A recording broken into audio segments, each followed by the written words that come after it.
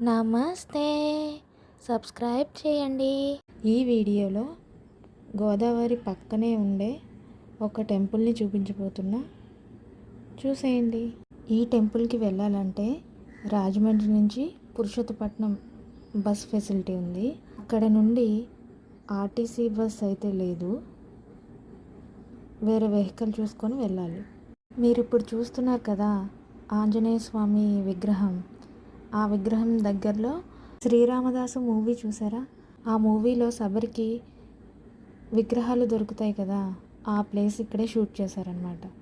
ఇంకా అవునన్నా కాదన్నా ఇంకా కొన్ని మూవీస్ ఇక్కడే షూట్ చేశారు. ఈ టెంపుల్ ఎక్కడ ఉంది అంటే తూర్పుగోదావరి జిల్లా పోసమ్మగండి అనమాట. పోసమ్మగండి అంటే మీకు ఐడియా రావట్లేదు. పోలవరం ప్రాజెక్ట్ ఉంది కదా, ప్రాజెక్ట్కి దగ్గరలో ఉందన్నమాట. మీరు ఇప్పుడు చూస్తున్నారు కదా, ఇదంతా ప్రాజెక్ట్కి సంబంధించిన వర్క్. ఇక్కడ అంగులూరు అనే ఊరు ఉండేది, ఆ ఊరు మొత్తం ప్రాజెక్ట్ వర్క్ కోసం తీసేసుకున్నారు. ఇక్కడ కొండలు ఉండాలి, కొండలన్నీ తవ్వేసి ఇలా చేశారు ఫ్లాట్గా.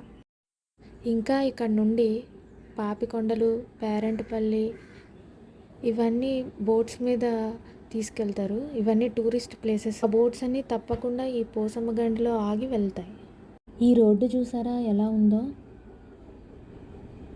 ఎందుకు ఇలా ఉందంటే ఇక్కడ ఎన్నో లారీలు వెళ్తూ ఉంటాయి, వస్తూ ఉంటాయి. ఇదంతా ఒక కొండ. ఆ కొండని చూసారా ఎలా చేశారో? ఆ కొండ పైకి కూడా లారీలు వెళ్తూ ఉంటాయి. ఇంతకుముందు ఈ రూట్లో వస్తుంటే చాలా చల్లగా ఉండేది. ఇప్పుడు చెట్లన్నీ కొట్టేశారు ప్రాజెక్ట్ వర్క్ కోసం. పోసమ్మగండి ఊరైతే వచ్చేసాం. ఇక్కడ ఉండే పోసమ్మ తల్లి అమ్మవారికి మొక్కులు మొక్కుకుంటారు. ఆ మొక్కులన్నీ ఇక్కడికి వచ్చి తీర్చుకుంటారు. అంటే కోళ్ళు మేకల్ని కోసుకుంటామని అమ్మవారికి మొక్కుకుంటారు. ఒకవేళ కోరిక నెరవేరితే వచ్చి మొక్కులు చెల్లిస్తారనమాట అమ్మవారికి. ఈ ఊరు చాలా చిన్న ఊరు, ఒక వీధి ఉన్నట్టు ఉంటుంది అంతే. అసలు ఆ గోదావరి అయితే చాలా కిందకి ఉండేది ఇంతకుముందు. ఇప్పుడు ఆ ప్రాజెక్ట్ దగ్గర వాటర్ ఆపేయడం వల్ల ఇక్కడ నీళ్ళన్నీ పైకి వచ్చేసాయి, ఇల్లుకి దగ్గరలో ఉన్నాయి. పోలవరం ప్రాజెక్టుకి తీసుకునే ఊర్లలో ఈ ఊరు కూడా ఉంది. కొన్ని రోజుల్లో ఈ ఊరు కూడా ఉండదు. ఈ ఊరికి ఎదురుగా ఇంకో ఊరు కనిపిస్తూ ఉంటుంది, పూడిపల్లి. అదే మా ఊరు. ఆ ఊరు కూడా ఉండదు. ఇంతకు ముందైతే పేరంటపల్లి వెళ్ళే బోట్స్ పురుషోత్తపట్నం నుండి స్టార్ట్ అయ్యేవి. ఇప్పుడైతే ఈ పోసమ్మగండి నుండే స్టార్ట్ అవుతున్నాయి. కోతుల్ని చూసారా? పోసమ్మగండిలో చాలా కోతులు ఉంటాయి. ఏమన్నా చేత్తో తీసుకెళ్తూ ఉంటే తీసుకెళ్ళిపోతాయి, జాగ్రత్తగా ఉండాలి. అమ్మవారి టెంపుల్ అయితే ఇలా ఉంటుంది. పోసమ్మ తల్లి విగ్రహం కింద చిన్న విగ్రహం ఉంటుంది, అది అసలైన అమ్మవారి విగ్రహం. ఆ అమ్మవారిని మీరు కూడా దర్శించుకోండి.